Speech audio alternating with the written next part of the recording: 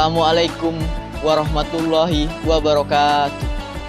Pertama-tama marilah kita semua panjatkan puja dan puji syukur kita hanya kepada Allah Subhanahu wa Ta'ala yang masih memberikan kita semua banyak nikmat sehat, nikmat waktu luang, nikmat iman, dan nikmat Islam, sehingga kita semua dapat menikmati hari yang insya Allah mulia ini. Tak lupa tentu salawat serta salam mari kita curahkan pada junjungan kita semua, baginda Nabi Muhammad SAW, karena telah membawa kita semua dari zaman jahiliyah, zaman kebodohan, menuju zaman yang terang benderang yang diridhoi Allah.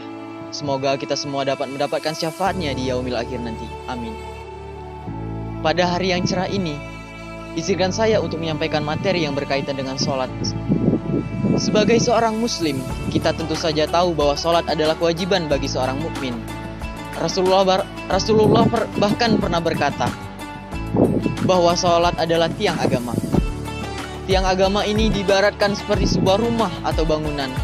Apabila sebuah rumah atau bangunan memiliki tiang atau fondasi yang kokoh, tentu saja rumah tersebut akan kokoh dan tidak mudah roboh. Begitupun pula sebaliknya, jika rumah atau bangunan dibangun tanpa tiang-tiang yang kokoh, maka rumah tersebut akan mudah roboh dan jatuh. Karena hal inilah, sebagai seorang muslim yang baik, kita harus tahu bahwa sholat bukan sekedar kewajiban dalam beribadah saja, tetapi juga untuk meningkatkan keimanan kita sebagai seorang muslim agar semakin dekat dengan Allah, sehingga tidak mudah tergoda untuk melakukan segala bentuk kemaksiatan yang dibenci oleh Allah. Sebagai kewajiban, Allah juga memberikan keringanan dan kemudahan pada hambanya untuk menunaikan sholat 5 kali dalam sehari.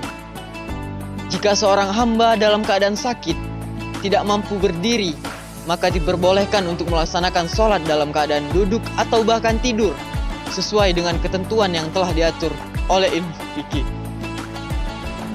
Rasulullah SAW pernah bersabda bahwa jika manusia mengetahui pahala yang didapatkan ketika tidak melaksanakan sholat, maka setiap manusia akan mendatangi dan melaksanakan kedua sholat tersebut, meskipun mereka harus merangkak. Dari perkataan Rasul ini, dapat kita tarik kesimpulan bahwa Allah telah menyiapkan pahala dan imbalan yang begitu besar bagi kita hambanya yang mengerjakan sholat.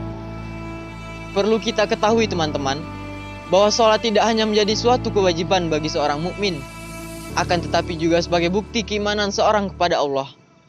Hal ini dijelaskan pula dalam surah Al-Ma'un ayat 4 dan 5, yang artinya sebagai berikut. Celakalah bagi mereka yang sholat, yaitu orang-orang yang telah lalai dengan sholatnya. Seorang muslim yang tidak mengerjakan sholat, maka orang tersebut akan celaka serta rugi.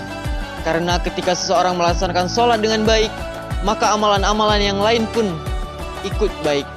Akan tetapi, jika sholatnya buruk, maka amalan yang lainnya pula ikut buruk. Sholat sebaiknya dilaksanakan tepat waktu dan tidak ditunda-tunda, serta dilakukan dengan khusyuk dan hikmat. Ketika Anda telah mendengar lantunan kumandang azan, maka segeralah mengambil air wudhu, datanglah ke masjid atau melaksanakan sholat di rumah. Sholat selain sebagai kewajiban juga berfungsi untuk mencegah perbuatan keji dan mungkar yang akan mendekatkan kita semua pada kemaksiatan. Hal ini juga dijelaskan oleh Allah melalui firman-Nya, yaitu pada surah Al-Ankabut.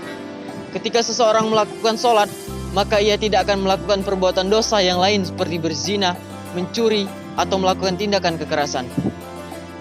Terakhir, perlu kita ingat bahwa sholat adalah kewajiban yang tidak perlu kita lewatkan. Sebab dosa yang akan seseorang dapat jika melewatkan sholat adalah dosa yang paling besar, bahkan melebihi besarnya dosa berzina. Demikian kultum singkat yang dapat saya sampaikan. Semoga materi yang saya sampaikan pada hari ini bisa menjadi pengingat bagi teman-teman untuk senantiasa melakukan sholat. Akhir kata, wallahul muwaffiq ila aqwamit thoriq. Wassalamualaikum warahmatullahi wabarakatuh.